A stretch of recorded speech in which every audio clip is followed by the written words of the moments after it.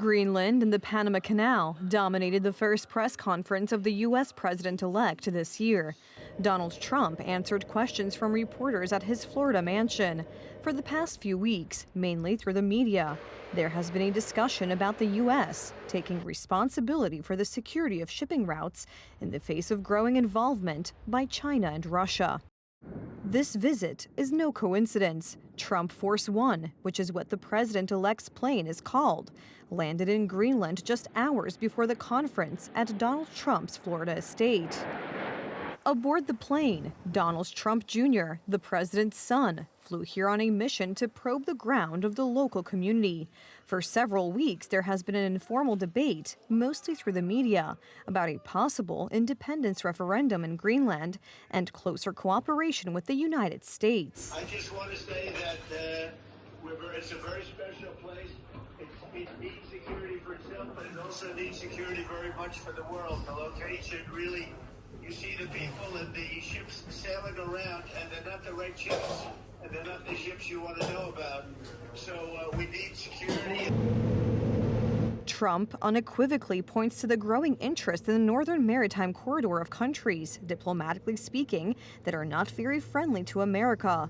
Although the president's son has not held any official meetings in Greenland, this topic dominated his father's conference in Florida. I'm talking about protecting the free world.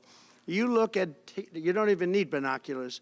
You look outside, you have China ships all over the place. You have Russian ships all over the place. We're not letting that happen. On top of that, there is the issue of raw materials, which Greenland has a lot of, most of which only China and Russia have on this scale.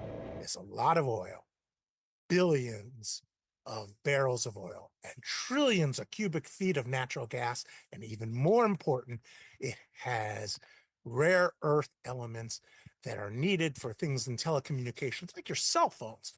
In addition to Greenland, journalists also asked about the Panama Canal, where it is clearly about the port infrastructure being taken over by China.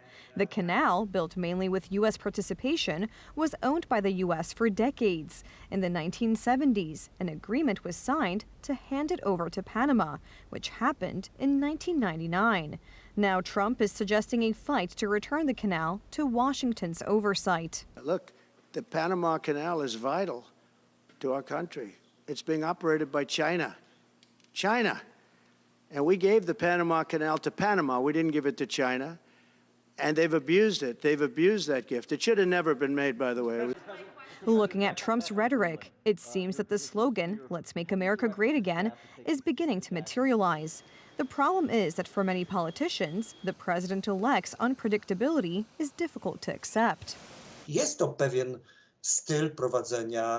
is a certain style of conducting talks and negotiations, when we bid on things that are difficult to accept, and then start talking about things that even could be difficult to bid on normally, but with prior demands seem acceptable.